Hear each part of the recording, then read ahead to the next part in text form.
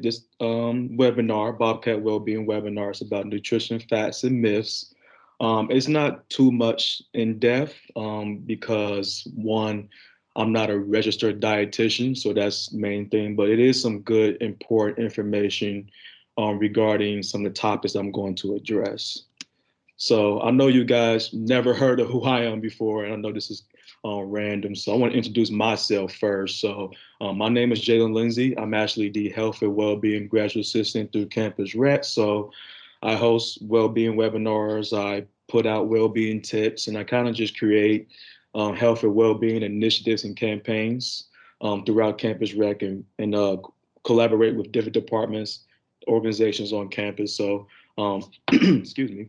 My graduate program is counselor education, and my major is clinical mental health counseling. And I do my counseling intern at Marietta College, where I provide therapeutic services to Marietta College students. So, therapeutic services can just be me providing individual counseling, facilitating group therapy. Those are some things what I mean by therapeutic services. All right, so the topics that we are going to address here today is detox, diets and cleanliness. Does eating carbs causes significant weight gain? Are fats bad for you? And does nutrition affect your academic performance? And I wanted to keep this as simple as possible. But if you guys do have questions outside of these particular topics, please don't be afraid to ask. I minored in nutrition at Ohio State from my undergrad, so I have pretty good knowledge on nutrition and healthy eating and all that stuff. So, so the first here we're gonna talk about is detox diets and cleannesses. So as you can see here in the PowerPoint slide, this is some information that has been presented out for some time now. So it's been said that it removes toxins from your body, it enhances weight loss and body fat, and it helps with obesity. So the question is, does detox diets and cleannesses enhance weight loss? Well, unfortunately, it is a myth.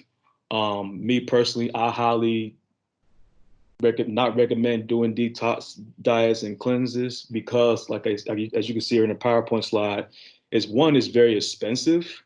It could range from $20 to $100, and I've seen some from 100 to 150, depending on how they kind of brand that particular detox diet and cleanses. And just this limited evidence. And what I mean by limited evidence is there's just not enough research and studies that confirms that enhances weight loss. So it may work with one individual, but it may not work for another individual. And that evidence just doesn't correlate enough to show that it enhances weight loss. And generally speaking, most weight loss is from water weight and food volume. So, getting a lot of water in your body.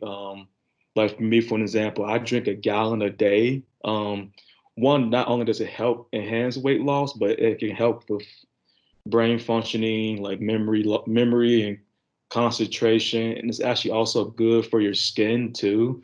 So that's just me personally why I drink a lot of water. And food volume is just pretty much just getting the healthy nutrients in your body. So getting the good protein, getting good carbs, getting good fats, and it's really just taking care of your body and putting those good nutrients in your body so you can live longer than what's expected. So here we're going to talk about, are carbs good for you, right? So some of the information that has been presented out about carbs. Carbs is something that's just been a hot topic for a long time, and it's still a hot topic till this day. So some of the things that has been said is that low carb diets are healthier. There's too much sugar in carbs. All carbs are unhealthy for you. You feel sluggish after eating carbs, and don't eat carbs before exercise. So the question is, does eating carbs causes significant weight gain, fact or myth? Well, it's a myth. So eating carbs does not cause significant weight gain. The truth behind carbs is it's a macronutrients, meaning that um, there's three main ways the body obtains energy or calories. So it's carbs, protein, and fats, like I mentioned earlier. So what it does is it provides fuel for the central nervous system, and it creates energy for those working muscles. And those muscles could be physically, and it also helps the brain function as well. So when you get those energy levels, by enhancing carbs into your body, then you're more than likely to be able to perform at a higher level. It could be physically, it could be just be from academic performance, work related duties. It could be a variety of things. It's great for athletes. If you do consider yourself an athlete, I mean, you don't even have to be really an athlete to be called an athlete. Like I consider myself an athlete because I do work out a lot. I do a lot of physical activity, and it does really well with intense workouts as far as bodybuilding, CrossFit, just running miles. With anything related to physical activity is really great for you. So the problem that it comes from when it comes to carbs is it arises when your calorie surplus, which is your intake, is more than what you burn, and it's not really from a high carb diet. So what that means is that if you take in more carbs and you're not burning more than what you're taking in, that's where the problem can arise. So, and just not for every individual. There's other environmental factors that come into play. Like one is genetics. Some people are just, I consider it genetic freak. But me personally, I'm not one of those individuals, but there are some people like that. Um, so carbohydrate restrictions was linked to with 30% increase of mortality. So what that means is that if you're not getting carbs into your body, it can cause significant negative consequences to your body because you do need carbs. You do need the energy for your body to function so you could do day-to-day tasks, and which also helps with, like I keep mentioning before, your academic performance, work-related activities. It could be whatever you enjoy doing. There's a variety of things that carbs really affect when you put carbs into your body. So low carb consumers are 51% more likely to die from coronary heart disease and 35% more likely to die from cancer. So it is very important to understand that eating carbs is really good for you. It doesn't cause significant weight gain. The key word here of the title is significant. Significant is a big word if you want to interpret it that way. Me personally, I do, because there's been people out there saying that they gained 30 pounds or whatever it is because they eating carbs. And that's not necessarily the case, where they may have been gaining weight from other environmental factors, which is one can be stress and another one can be just lack of sleep. So those are some just other areas that you might want to take into account as well. But I just want to throw that out there because I think that's also very important as well. So this picture here just has simply what are some healthy carbs. So as you can see here, black beans, OTS pretty much means oats, brown rice, sweet potato, quinoa, potatoes, whole wheat pasta, jasmine rice, white rice, oatmeal, fruit, all that good stuff is really good carbs for you. Me personally, I try to eat fruit every single day because it's really good for you. I try to eat carbs every single meal because it really helps my energy levels. And I feel a lot better. And there's been studies that's shown that you feel better when you eat carbs every meal. So I'm not gonna go too in depth of this slide because as you can see, you can clearly see what are some healthy carbs. But if you guys have any other questions regarding any other healthy carbs, I'll definitely be happy to answer those questions at the end of this presentation. So here we're going to talk about fats. So the question is, are fats bad for you? So some of the things that has been said that people who doing research or even people just been talking has been saying is that eating fats leads to obesity. All fats are unhealthy. Low-fat diets are always the best, and fat has no purpose. And the question, like I just said, is, are fats bad for you? Is that a fact or a myth? Research says that it is a myth. So eat fat, gain fat, right? Well, that's not really the case. And for a long time, decades and decades ago, the traditional way has been, to have a low-fat diet, where evidence has shown that given the same calorific deficiency and protein intake, low-fat, low-carb diets produce similar weight losses. And pretty much the truth is that A low-fat diet won't make you lose weight. You need those omega-3 and omega-6 fatty acids. If you guys don't know what omega-3 or omega-6 fatty acids are, I can tell you specifically what foods they are. Is seafood. It could be from fish, tilapia. Those are some of the examples of omega-3 and omega-6 fatty acids, and they are both really good for you.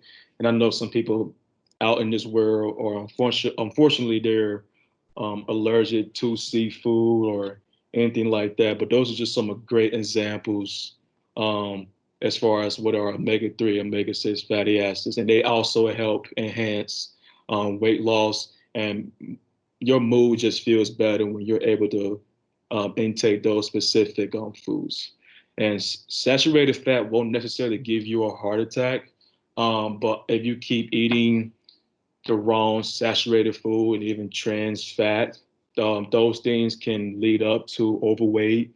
It can lead to, unfortunately, obesity. Then you can end up being diagnosed with diabetes, and that's you don't feel good about yourself. So body image comes to play, anxiety comes to play. Then you start develop potentially bad eating habits, and there's just a lot of steps that come on with it. So really take that into account as well.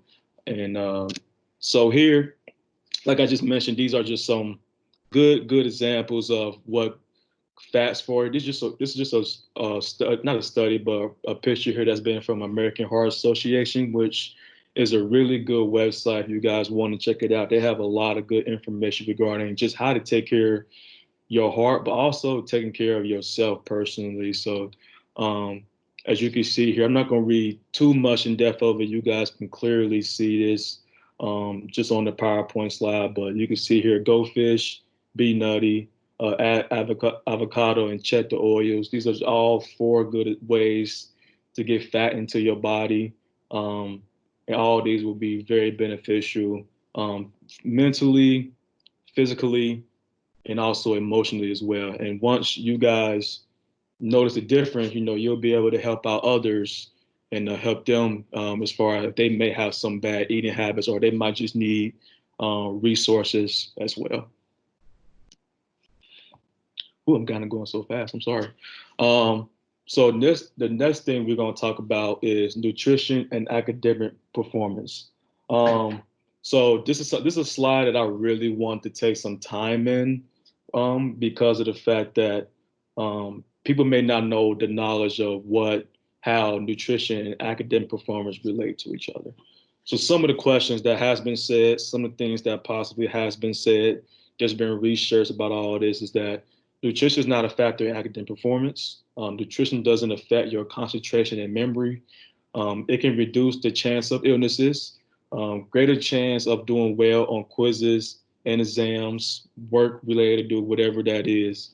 So the question is, does nutrition affect your academic performance?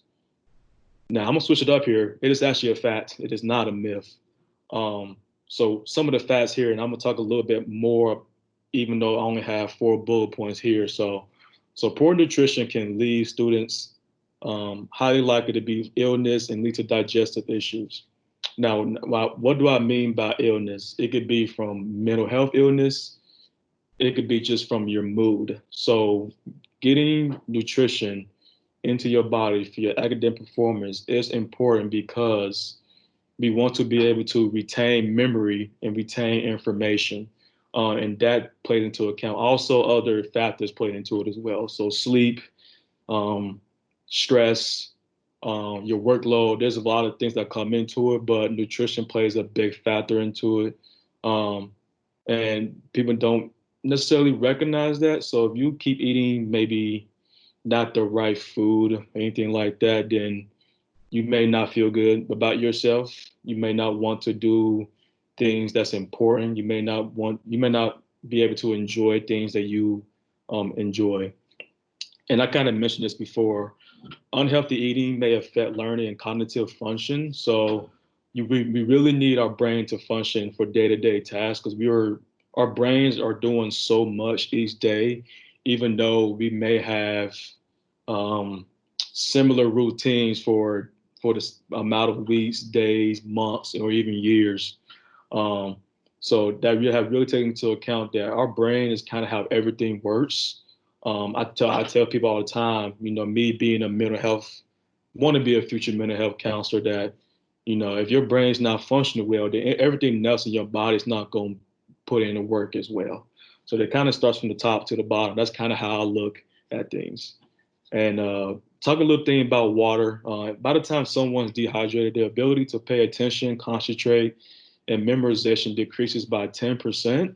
Um, according to, I think that research was about maybe 10 years ago. So actually, I wouldn't be surprised if it's higher than that, because of the fact that we're in 2020 now, and from 2010 to 2020, a lot of research has been done, not just about nutrition or academic performance, but just life in general. So that's, even though that may seem a low number, that's actually a high number, especially if you're in classes, and you're maybe having some family issues or financially or whatever that case may be. So I personally wouldn't be surprised if it's higher than 10%. But based off the research that I did, that I've seen, the most recent data is 10%. But like I said, I wouldn't be surprised if it is higher than 10%. Now, skipping breakfast is associated with decreased cognitive performance among students. Breakfast is one of the very hot topics going on right now. And why do I say that? Because generally speaking, college students and people in general, there's been research saying that students and people out there have a tendency to skip breakfast. And actually, eating breakfast is kind of how you start off your day. So a good breakfast can be from oatmeal, it could be from fruit. Those are just some good examples of good breakfast, and that really can enhance your cognitive performance, not just among students, but just as a person in general. So really take that into account. I know there's some people out there who may feel sick from eating breakfast, and that could be from a lot of environmental factors that play into that. I don't want to go into in depth because that's a whole nother hot topic regarding outside of this presentation. Um, so that's something that I think that's really important to understand, that skipping breakfast does affect, and eating breakfast is a jump start to your day, and it can improve your mood, in which your mood can more than likely will improve throughout the whole day, regarding whatever you have to do that whole day. So here, this is just some statistics that I found that I thought was very interesting. I'm not going to go too in depth of specifically the left side, because you can see here there's numbers. I do want to talk about the right side of the picture, which is alcohol and academic performance, because there has been a lot of research and studies regarding how alcohol can affect your academic performance, not just alcohol, but just substance use in general. Obviously, there's been a lot of cases where people go out the day before an exam, and then next thing you know, they ended up not doing as well as they would like, and that's because they are consuming more alcohol than what research has been shown you need to consume. And like you say, like it says here, the table describes the relationship between the average number of drinks consumed per week and grade point average. So I'm not going to go into in depth, but I think at least recognizing what alcohol can do cognitive. Obviously, I'm not going to go into it. That's a whole nother topic that we need to be discussed. But I did want to address that because I think that's super important to understand. So I just have some resources that you guys may or may not know about.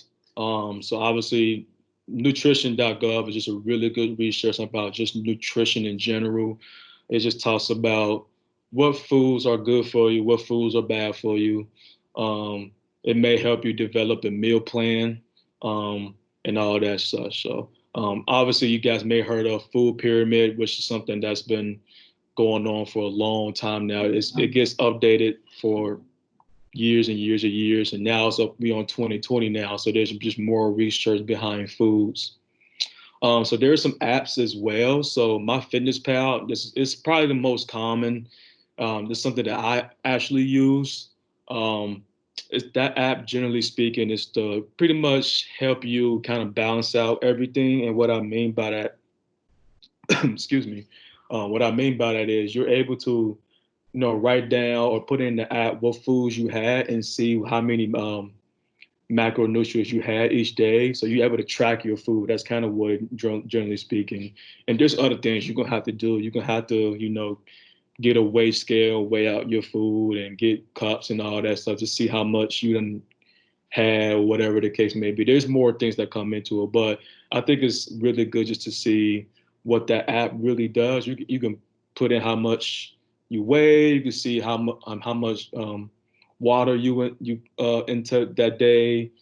There's a lot of things that app is really useful for and it's helpful. And I personally use it. I've been using it for about 3 to 5 years now, and it's really been helpful. My Net Diary is kind of the same thing as My Fitness Pal, just a little bit different.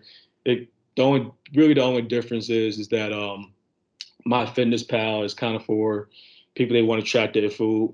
My Net Diary is kind of just shows what foods you put in there, and it kind of just helps you track what foods you had each day. So it's just more basic than My Fitness Pal. My Fitness Pal it can be a lot more advanced than My Net Diary.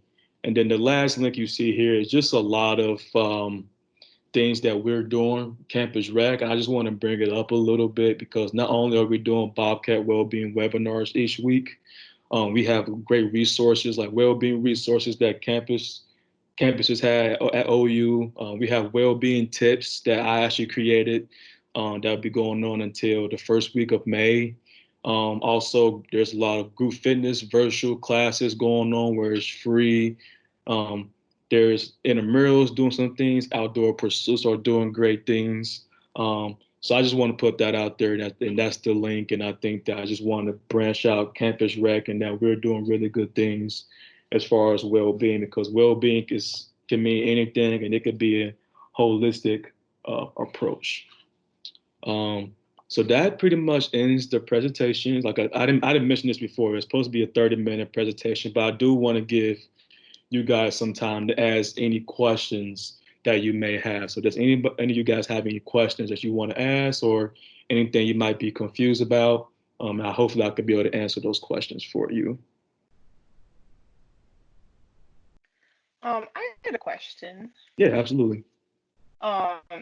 I know this is like kind of tangentially related, but I was wondering if you could like recommend a resource for like plant-based eating, because I'm vegetarian for environmental Right, reasons, but there's like a lot of very like sensational information right, out absolutely. there about like veganism and stuff, like Right. and all of that. So I was wondering like if you knew of like a really like research-based like Yeah, type of resource that's not like some lady on her blog like yeah, claiming veganism absolutely. cured her cancer or something Right, like. absolutely, absolutely. Yeah, absolutely. I totally get what you're saying because I know there's been things, people are just very opinionated nowadays. So Yeah. um, I don't know resources on top of my head right now. But if I do just get on my computer and just find a resource, I could definitely email you some great Yeah. resources. That is research based, that's evidence Yeah. based. Because on top of my head, I can't think of like the website, and I know exactly what website it is in my head. I just can't put Okay. it. I just can't put it into to words right now. Right. But I I get could what you mean. yeah, and I could definitely find you a great website, resources. That's one main important evidence base because you don't like you mentioned, you don't just want to be a blog. And Yeah. so I could definitely do that for you. Actually, if you don't mind putting your email on the chat, Yeah. so just so I can save it, and I could look and I could definitely put that on my to-do list today because I don't have much going on today. But thank you for Yeah. asking that. I think I that's something that appreciate that. yeah, no, absolutely. And I think that's actually a good. I'm glad you asked that question because unfortunately, since I'm not a registered dietitian, um, Right. I Sure. don't go I don't go in depth of it, but I do know some great resources that can really help you at Yeah. least get an understanding of what you're talking about. Yeah. Does anybody else have any questions, anything like Yeah, that? I have a couple Yeah, questions. I jotted down some notes while you were doing the presentation so I wouldn't forget.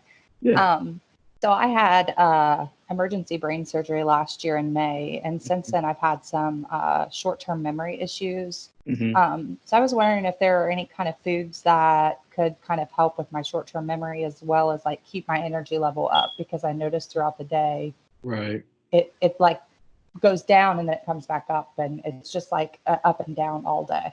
Yeah, absolutely. And I'm gonna go back to the slide with the carbs. Yes. Carbs will really be helpful with that. Um, and another thing with carbs is it actually not saying it always does. 'Cause I hate the word always because it doesn't always happen. Right. But more than likely, you would be able with memory because of your energy levels. So there's a lot of carbs out there that will help you. Me generally speaking, because I'm also in a mental health counseling program, and that's something that we talk about a lot with our clients when we, kind of correlate with trauma, anything trauma related, and nutrition. So I think me personally, just giving advice to you, and I'm not trying to be like a registered dietitian or anything like that. No. Right. But I think one big thing is having protein, carbs in your meal evidence has shown that that's very helpful. And protein can be anything. It could be, chicken is a good protein source. Um, I know some people don't eat steak, but I'm just saying I love steak, so I'm just Oh, gonna I say love steak too.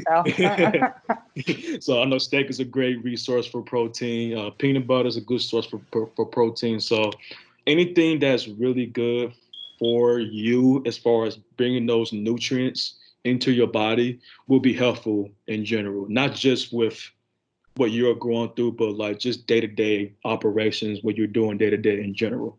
okay. And it will help with your mood because I think once let's say for an example, the first thing in the morning you eat a bag of chips, right? And that's obviously there's like protein chips out there nowadays and all Right. this and that, but generally speaking, something that chips that's just not good for you. Well, it doesn't really improve your energy levels. It just put food in your body. And next thing you know, mentally, you kind of look back at yourself and you're like, why did I eat that? I should have had something much more healthier than that, right? Right. So that comes into play as well. So just really just getting the appropriate nutrients into your body will be helpful. And it may take longer than expected, unfortunately. Sometimes one person may feel the mood right away. Some people it may not. Everybody's different. Right. But I think just at least getting those appropriate nutrients in your body from the carbs, protein, fats, and also drinking a lot of water can be very helpful as well. Because obviously, if you're drinking pop that has a lot of sugar in it, anything that has a lot of sugar in it, it can affect you. That's why I do like to emphasize to people that drink a lot of water because not only does it helps you physically, but it also helps you mentally. And like I mentioned earlier, it's good for your skin too. And I think we all want to look good when we get older. So that's why I like to. Absolutely. That's why I think that's important too as well. So I hope that answers your question. Yeah, absolutely. And speaking of the water, that brings me to my next question. Yeah. You mentioned at the beginning that you drink a gallon of water a day. Mm-hmm. That's something that I really struggle with is drinking water. I always have. Are there maybe some tips that you can give as to how you started drinking a gallon of water? Is it difficult to make it a habit? Yeah. Just things like that. Yeah. So what me personally, and everybody's different. So me personally, how I kind of started was I mentally told myself that, and well, let me backtrack a little bit. My family is more, unfortunately, it's a lot of overweight in my family. Mhm. So I kind of used that as my motivation to like really take care of my body. And that's when I really recognized and just doing research that how much water can really help you. And I didn't know Right. that at the time. I was young and we all are young and we don't know stuff yet. And as I got older, I understood what water does to me. Now, as far as water intake, what has helped me actually is I used I went to Kroger one day and I literally just got a jug of water and I filled up and obviously I bought it and everything. And I filled it up and I literally just started drinking from that gallon of jug Okay. until it was gone.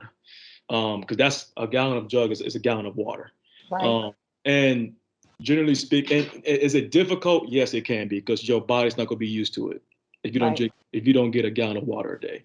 But once you get into the habit, it makes things a lot more easier. And it doesn't even have to be a gallon of water. I think also like half a gallon will be a good start. So Okay. not just going straight to a gallon of water, right? Maybe Right. start out slow, maybe get 1/4, and then work your way up to half, then work Okay. your way up to 3/4. And then once you get comfortable, like, okay, I could get a gallon a day. Boom. Right. You're able to get that gallon of water a day. Okay. Because there are some people out there who can get a gallon and they're good, but there are some people out there who got to start out slower than others, which is perfectly fine. So I tell people all the time, if you haven't done something yet that you're not used to, you got to let your body get used to it. And that's just not from water. That could be from starting a new job. It could be Right. from physical activity, lifting weight. It could be just going for a walk, and you could go from like, just think about it. Let's say you have surgery, right? Or you break a bone. Your bone has a healing process, right? So and that's kind of just like a thing that I literally just thought of. Like you just got to give your body time to just recognize it and just get used to it. So maybe just take some slow steps and even just get a jug of water. I mean, you can literally just get a jug of water anywhere nowadays. Right. Or you can just get done with, if you got a jug somewhere in your house, and you can just clean it up, make sure there's nothing nasty in it, obviously, and Right. just use that. Or you can just get bottles of water. You just start out slow. Those are just some things that has really helped me. And obviously my background and recognizing that my family doesn't really do a good job with enhancing maybe water intake as much as I do. So that could be another aspect as well when you recognize that you want to live longer than expected. We all want to live long, and just recognizing that, telling yourself like I want to get better at this. I would really like to get better at this. Not really I need to, change, kind of maybe change the mindset like I want to, and I Right. think that's something that um people in general have a tendency to do is I need to do this, I need to do that. Well, it shouldn't be you need to do it. You should want to do that. You should want to enjoy to do that. It's like for me, as a grad student, I enjoy going to grad school. I didn't Yes, I needed to go to grad school, obviously, but I wanted to get better as a student. I wanted to get better as a person. I wanted to enhance my knowledge and my as a grad student and in my program as well. So those are Right. some examples. Yeah. Thank you. No, thank you. Is there any other question you guys may have? No, I think that's it. Okay, well, if not, thank you so much for you guys for participating. I really do appreciate it. Next week will be the last webinar. I will be talking about self-talk and coping skills. So if any of you two or anybody else out there think that would be beneficial to that Bobcat webinar, that would be at the same time. It'll be on April 29th. It'll be on at noon. It would be from 12 to 12:30. Well, if it goes longer than 12:30, that's okay. It happens. But that'll be the last Bobcat webinar for the semester. Like I said, if you know anybody that would want to tune into that, they're more than welcome. It's a free resource. That's why I do it. So, and that's all I have. And thank you guys so much for participating. Hope you guys stay safe during this challenging time and have a good rest of your day.